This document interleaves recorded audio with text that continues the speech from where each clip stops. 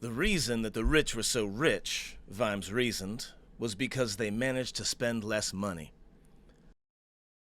Take Boots, for example. He earned $38 a month plus allowances. A really good pair of leather boots cost $50.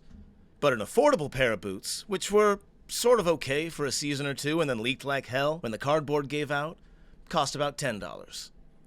Those were the kind of boots Vimes always bought, and wore until the soles were so thin that he could tell where he was in Ankh-Morpork on a foggy night by the feel of the cobbles.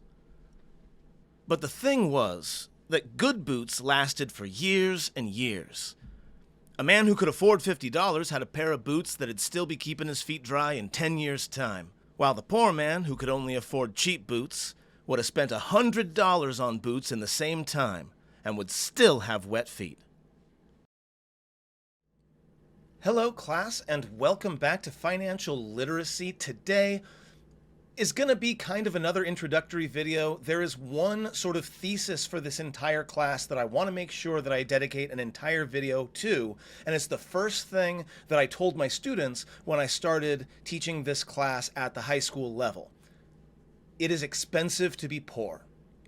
Now, what does that mean? Well, we did just have the Sam Vimes boots theory, which I also show to my students at the very beginning of class. And really, that theory fits a lot of different areas of financial life.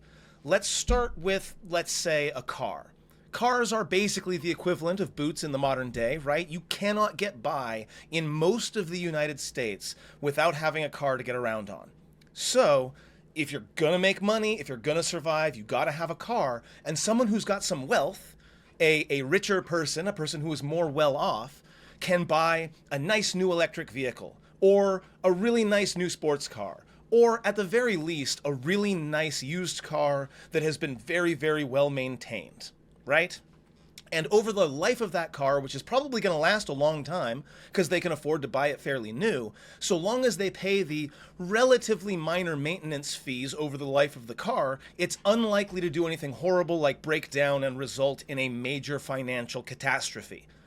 On the other hand, someone who doesn't have the money to put down, who maybe doesn't have a great credit score and can't get a good loan on a nice car, a lot of the time they're going to have to settle for whatever they can buy, whatever they can afford, maybe the cheapest thing that they can find, which often is older, often has some mechanical problems. Those maintenance fees are going to be higher, the insurance premiums are going to be higher, and even with maintaining it that way, there is more of a chance that the car is going to break down, stop working, or something happens that requires you to either buy a new car or do thousands and thousands of dollars worth of work on it. And by the way, this is one of those times that I'm speaking from personal experience.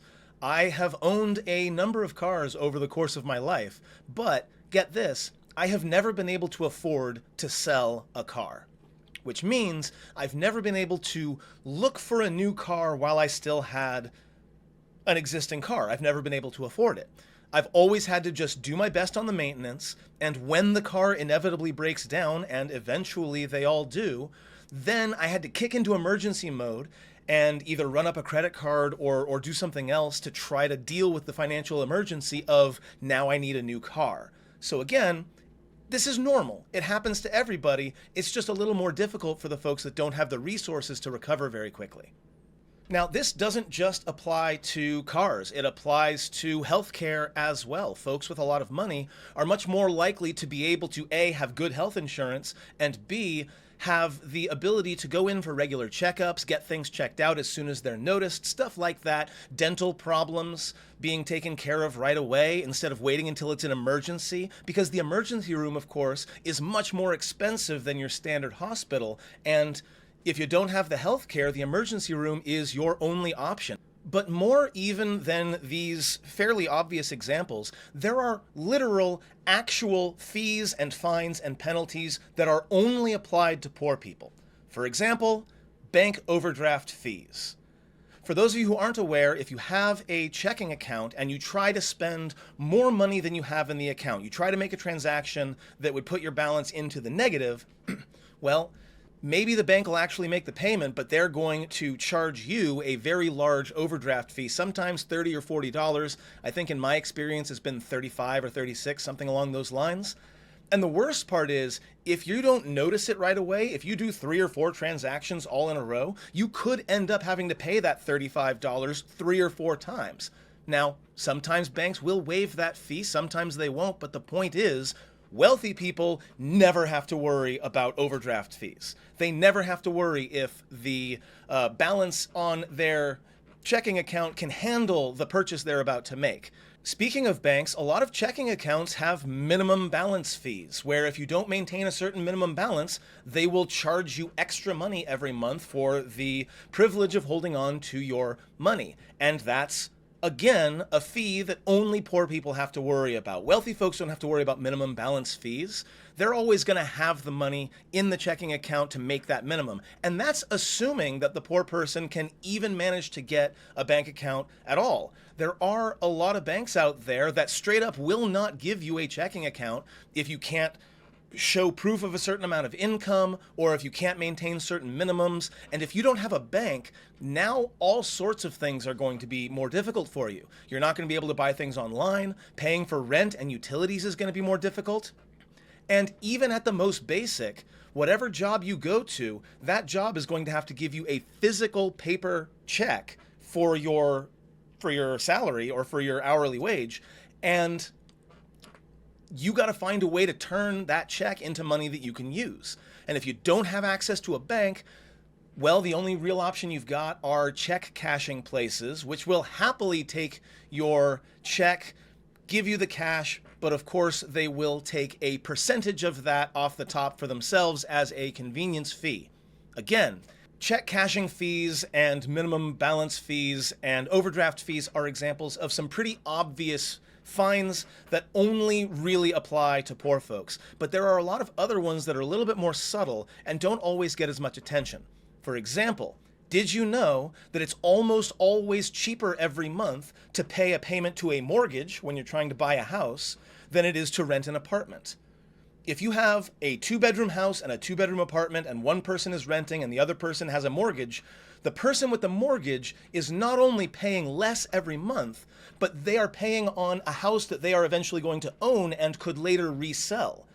Hey, if the value of the house goes up, that person might end up living for free and making money in the bargain, whereas when you pay rent to a landlord, that money is just gone. It also doesn't help that wealthy folks tend to get lots of perks, especially when someone gets really wealthy and banks start vying for their business by offering them really nice perks, really nice rewards, sometimes free stuff. Bill Gates has a golden McDonald's card that allows him to eat for free at any McDonald's, anywhere, anytime. Bill Gates. Speaking of food, eating healthy can be expensive, and that can lead to all of the health problems that I mentioned earlier on.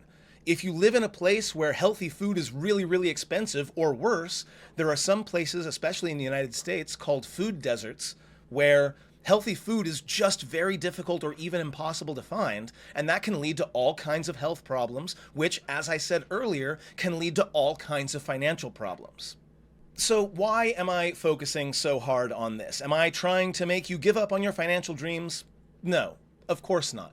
But again, this series is about giving you good, honest information. And the good, honest information is that if you are struggling with finances and you are trying to dig yourself out of poverty, or you're trying to find yourself some financial stability, it's important to know that the entire system is against you. The system works actively to try to make sure that people on the bottom rung of the ladder stay at the bottom rung of the ladder, and that people at the top, the wealthy folks, get more and more money funneled to them, more and more free stuff funneled to them. This is a fundamental reality of living in the United States, at least. Folks who are living elsewhere could have completely different situations.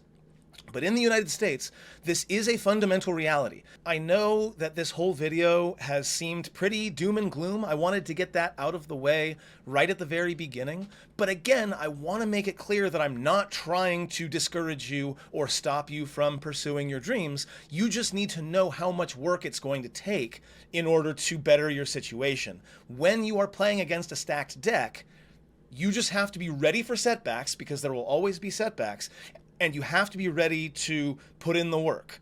Look at what it is that you're spending your money on, and hey, if you're only spending money on things that you need, your rent, your utilities, your survival, then that's fine. There's nothing wrong with that, other than the fact that the system is failing you.